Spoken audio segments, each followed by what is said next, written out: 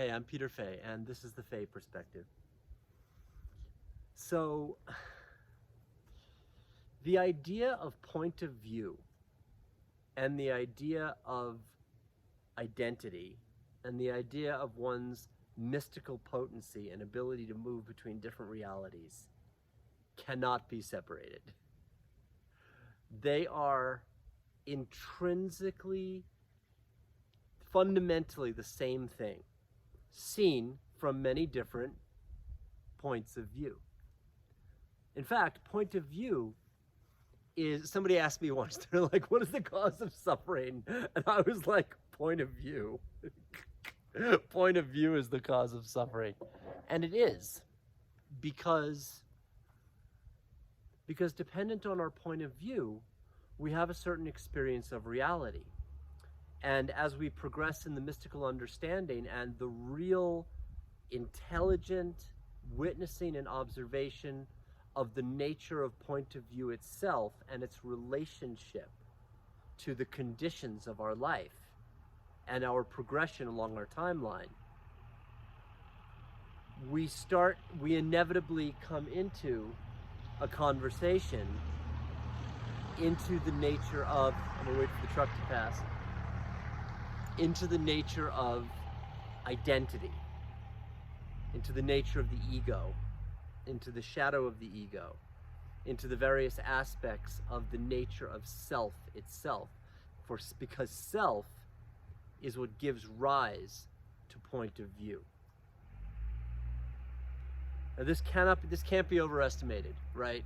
Because when we talk about moving from scarcity to abundance, you're talking about not seeing something to then seeing something.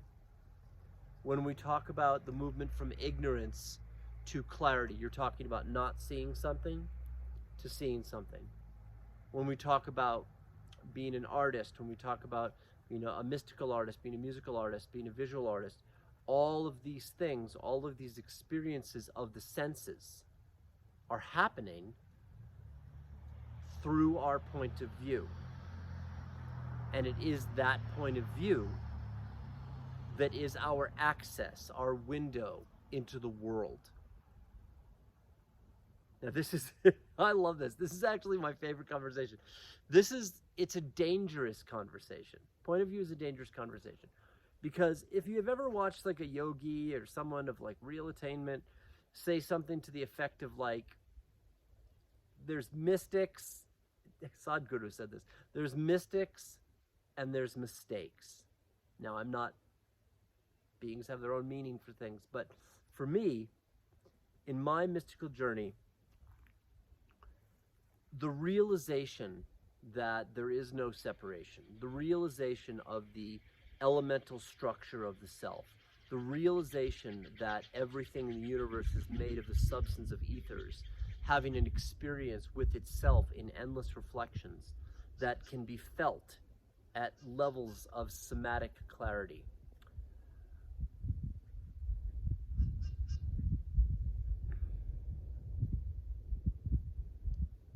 Gives me the perspective, the point of view that there is the mystical perspective of life, which is that, and then there is the mistake. There is the living in separation. There is perceiving things wrongly. There is the not understanding the relationship that you have with the planet or with the people or with yourself or anything like that, and being a mess. In relationship to being realized, like being clarified, not moving through shadows and distortions and incoherence.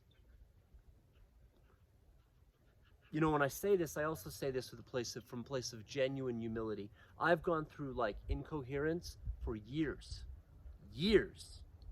And the journey along the quest, along my mystical journey, was clarifying that incoherence so that the energy could flow more clearly through my energy system, so I could be more in a place of actual clarity and not going through like confusions. And because of that, this journey, as I've experienced it, this journey of movement from chaos to clarity is one of moving through many different points of view. points of view which have their own powers and limitations. When I see things through this vantage, I have a certain experience of the world. When I see things through this vantage, I have another experience of the world. When we talk about the mystic arts, we're talking about the ability to loosen one's grip on their current point of view and change it into something else so that we have different points of access. We're literally able to see different facets of the infinite vastness of the creation. This is the journey from the mistake of perception, the mistake, in my interpretation, the mistake of assuming things are a certain way when actually you're just seeing them through the filter of yourself, to the mysticism of recognizing the structure of perspective itself. And in that structure, and our mastery of that structure, we come to a level of agency, an ability to gradually become mindful of what has created our perspective, what has created the limitations in our perspective, what has created the access to certain gifts in our perspective. This inevitably becomes a discussion into what is the nature of your karma. Because karma, in a certain sense, from my point of view, could be described as strands of memory that are literally creating your perspective and your conditions.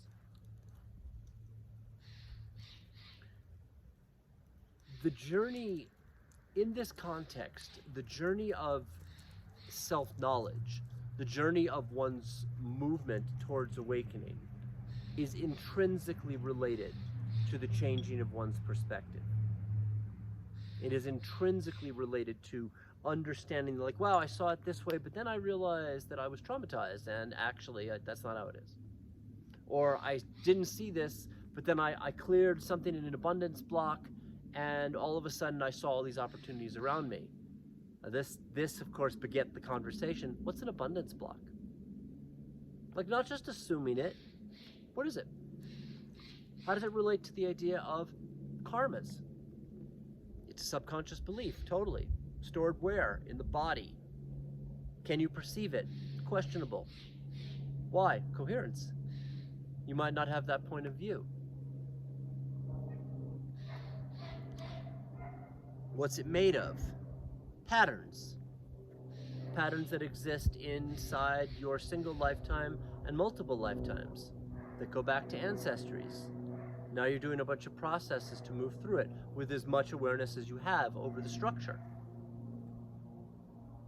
Where do the ancestries come from? They go back. You realize they're the substance of form itself, karmas. What creates point of view? What is the alchemy of changing point of view? Can you trust your point of view? What is the difference between intellect and gnosis? What is the difference between a shallow point of view and a deep point of view? Shallow and deep point of view on what? It is these questions, these basic questions, that lay at the very essence of the journey of awakening. I can say from my own experience, I had a certain point of view when I was seeing things through the lens of trauma. As that thing gradually cleared along my mystical journey, through the application of right action, to clear those patterns, my point of view gradually cleared. I gradually came to see more and more of the beauty that was around me. In service to my idea of helping the people to get to a more mystical version of themselves, this brought up the question, like, why did I see it in the first place? Why doesn't anybody see it in the first place? Why do we have points of view on the creation that are limited in this way? Why don't we have a point of view that we're supported? Why don't we have the point of view on point of view? I got way into that.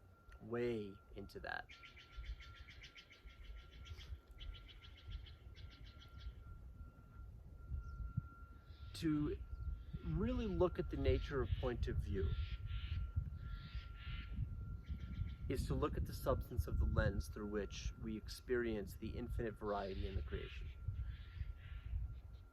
When we learn to be able to grasp our point of view or recognize in a meta perspective that we are not the lens that we're looking through. There is a certain facility that comes up in changing that. Now, this isn't easy. This is where you get into like all of the alchemies, the shadow work, the vulnerability, the expression, the, oh my God, I didn't realize this, but actually this is another layer to the trauma that's going on. And all of these things are a movement of clearing point of view in order to see more of the creation. So, just a little bit from the Fae perspective at this point. Feel free to visit my website or watch this on the website for more information about my mystical experience and the nature of the journey to the more magical world. Thank you.